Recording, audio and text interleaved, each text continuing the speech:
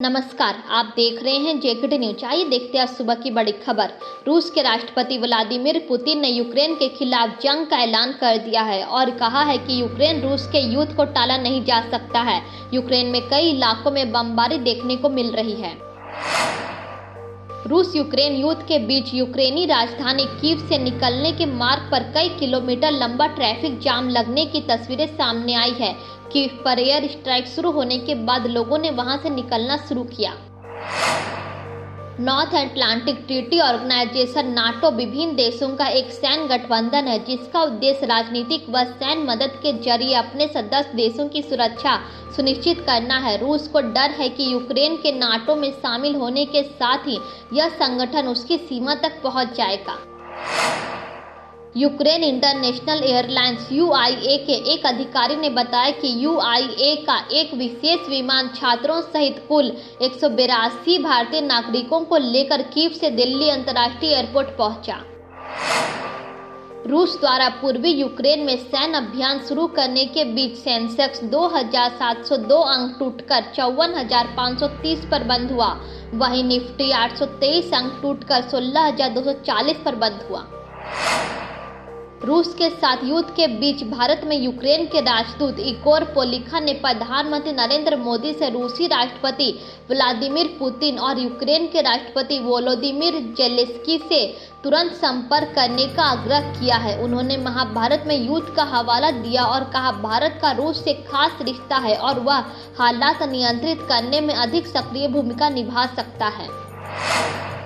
Ukraine में रूस के सैन्य अभियान की घोषणा के बाद अंतर्राष्ट्रीय बाजार में कच्चे तेल के दाम 2014 के बाद पहली बार $100 बैरल को पार कर गए हैं। एशिया में शुरुआती कारोबार में ब्रेंट क्रूड की कीमत सितंबर 2014 के बाद पहली बार $101 बैरल पहुंच गई है।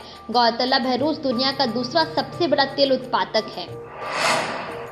स्पेशल PMLA कोर्ट ने मनी लॉन्ड्रिंग मामले में महाराष्ट्र सरकार में मंत्री नवाब मलिक को 3 मार्च तक ईडी की हिरासत में भेज दिया है।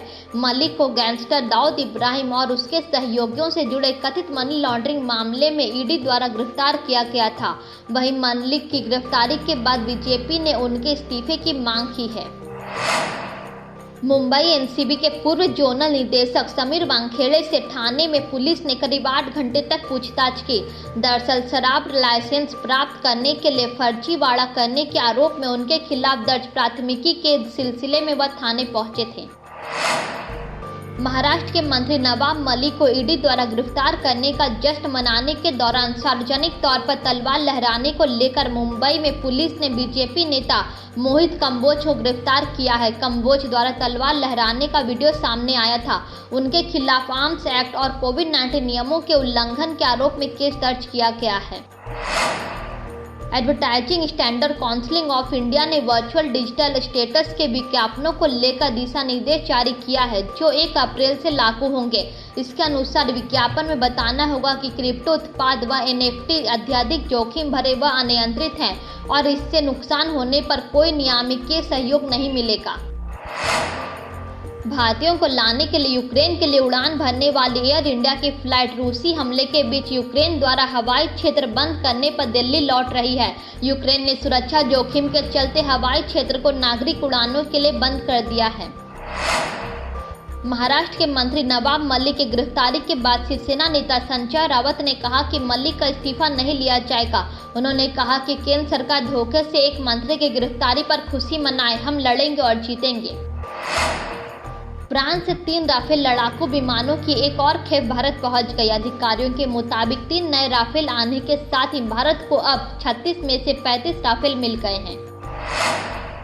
लखनऊ में भारत के खिलाफ पहले T20 में श्रीलंका ने टॉस जीतकर पहले गेंदबाजी करने का फैसला किया है। मैच में ऑलराउंडर दीपक हुड्डा की T20 में भारत के लिए अपना डेब्यू कर रहे हैं। भारतीय टीम में संजू सैमसन, रविंद्र जडेजा और जसप्रीत बुमराह की वापसी हुई है और प्लेइंग 11 में भुवनेश्वर कुमार और युजवेंद्र चहल भी शामिल हैं। इस तरह की खबरों को देखने के लिए देखते रहिए जेकेटी न्यूज। कोरोना से बचाव के लिए सरकार द्वारा बनाए गए सभी नियमों का पालन करें। 2 गज की दूरी, मास्क से जरूरी ना भूलें।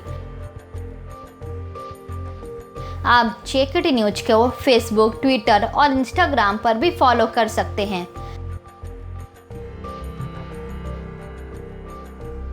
हमारे न्यूज़पेपर को हमारे वेबसाइट जनकल्याणटाइम.in पर पढ़ सकते हैं। धन्यवाद।